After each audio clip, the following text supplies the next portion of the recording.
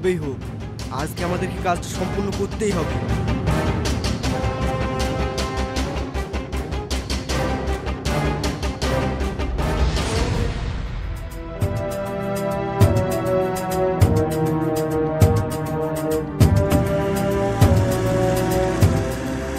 এই থাম থাম,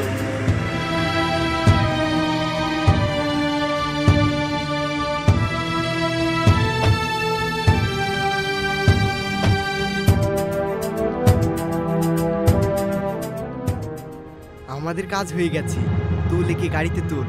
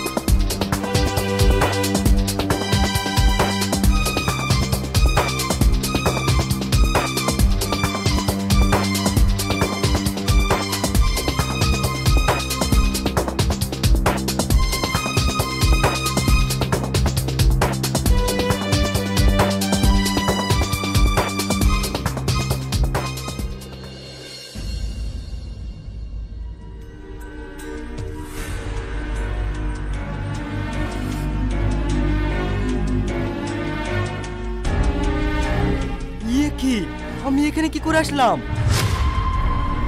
আর এই মেয়েটা আমার পাশে কিভাবে আসলো? আমি তো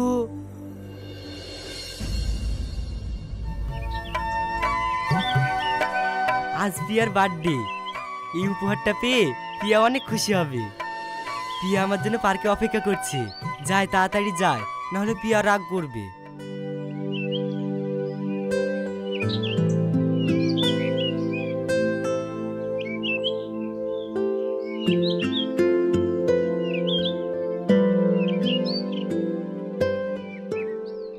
হাই পিয়া, হ্যাপি বার্থডে।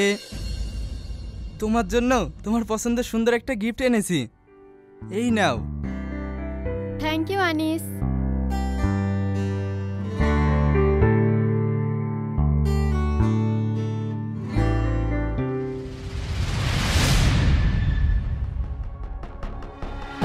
পিয়া এসব কি হচ্ছে? এই ছেলেটি কে? ও আনিস, আমার বয়ফ্রেন্ড। কি তুমি তাহলে আমার সঙ্গে ভালোবাসার নাটক করছো? কি ভালোবাসা তোমাকে? প্রিয়া, এসব ছোট লোকদের সঙ্গে মুখ লাগিও না তো, ফালতু টাইম নষ্ট করো না তো, চলো কেক কাটতে হবে। ছি, তোদের মতন মেয়েদের জন্য কত সাধারণ ছেলেদের জীবন নষ্ট হচ্ছে। আজ বুঝতে পারলাম তুই একটা লোভী স্বার্থপর মেয়ে। এই ভিখিরির বাচ্চা, আমি তোকে ভালোবাসবো? তুই জানিস আনিস এই শহরের সবথেকে বড় বিজনেসম্যান। দেখ আনিস আমার জন্য কত বড় গিফট এনেছে, আর তুই সামান্য একটা গিফট এনেছিস। আনিসকে আমি ভালোবাসি, আর তুই আমাদের সামনে কোনোদিনও আসবি না।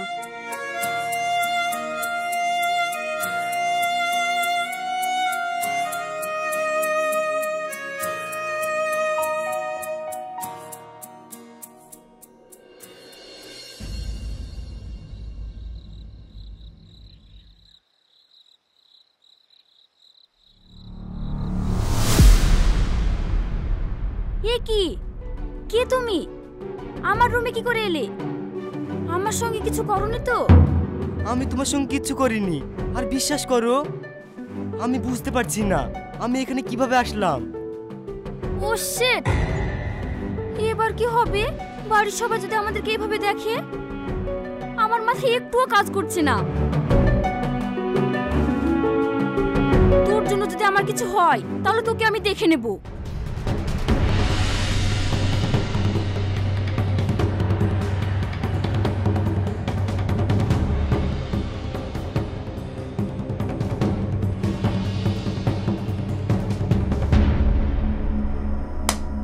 বাহ শাবনাম বাহ,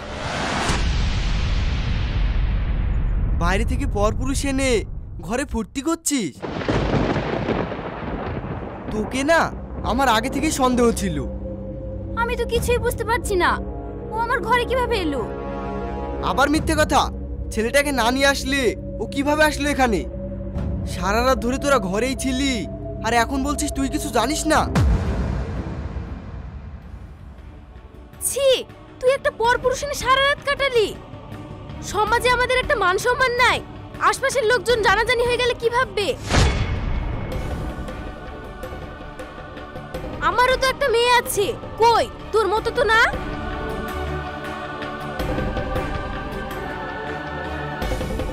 যেমন তার মা ছিল ঠিক তেমনই তার মেয়ে।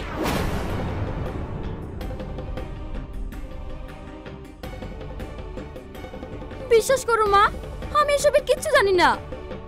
থাক, তোমাকে আর সাফাই গাইতে হবে না।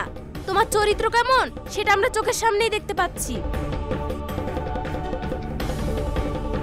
ডাক্তার বাবাকে, তার বড় মেয়ের যে প্রশংসা করে, নিজের চোখেই দেখু তার বড় মেয়ের চরিত্র কেমন। ঠিক আছে।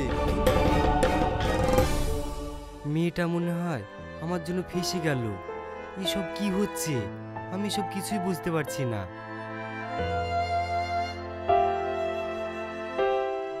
কি হয়েছে? সকাল সকাল বাড়িতে এত চিৎকার কেন? সে তুমি নিজের চোখেই দেখো তোমার বড় মেয়ের কাণ্ড।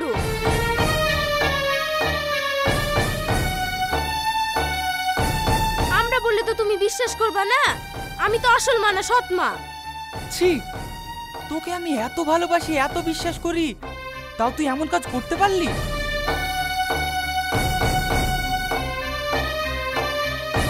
তোর মা মরার পর আমি তোর গায়ে একটা ফুলের আঁচড়ও লাগতে দিইনি, আর তুই এইভাবে আমার মান সম্মান নষ্ট করছিস। এই ছেলে, তুই কিভাবে এই বাড়িতে ঢুকলি? বিশ্বাস করুন, আমি এখানে কিভাবে আসলাম আমি নিজেই জানি না। এভাবে বললে মুখ খুলবে না। কিভাবে মুখ খোলাতে হয় সেটা আমি ভালোই জানি। বিশ্বাস করেন, আপনারা আমাকে অকারণে মারছেন। আমি এসবের কিছুই জানি না। আশেপাশের লোকজন আমাদের কত সম্মান করে, এই সব বিষয় যদি পাড়ার লোকজন জেনে যায় তাহলে আমাদের মান সম্মান থাকবে? তোমার মেয়ে যে ঘটনা ঘটিয়েছে তাতে মান সম্মান থাকবে? ওরা যে অন্যায় করেছে, এই অন্যায় শাস্তি আজ আমি নিজের হাতে দেব। যা, এক্ষুনি রেজিস্ট্রারদের ডেকে নিয়ে আয়, আজই ওদের বিয়ে দেব। বাবা, তুমি এত বড় সিদ্ধান্ত নিও না। আমি ওকে চিনি না। একজন অচেনা মানুষকে আমি বিয়ে করতে পারবো না। ও আমার বেডরুমে কিভাবে আসলো আমি সেটা জানি না। তোমরা আমার কথা কেন বিশ্বাস করছো না? একটা এত বড় জলজান্ত ছেলে তোমার বেডরুমে চলে আসলো, আর তুমি কিছুই জানো না? তোমার সব নাটক আমি ধরে ফেলেছি। কোনো কথা না, তোমাকে ওই ছেলের সঙ্গেই বিয়ে করতে হবে।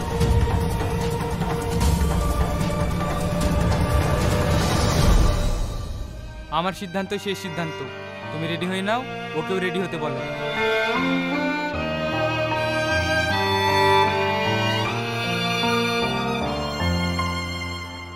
দিলি তো আমার জীবনটা নষ্ট করে।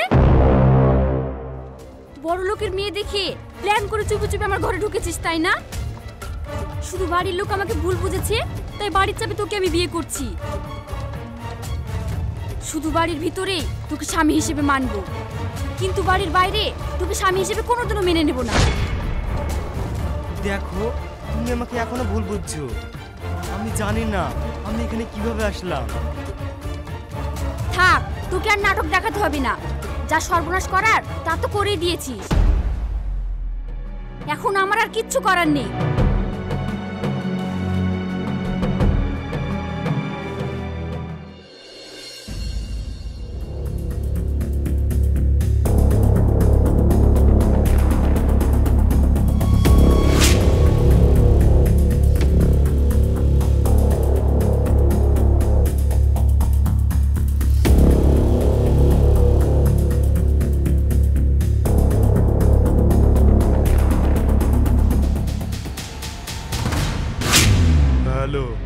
আমি জনি বলছি।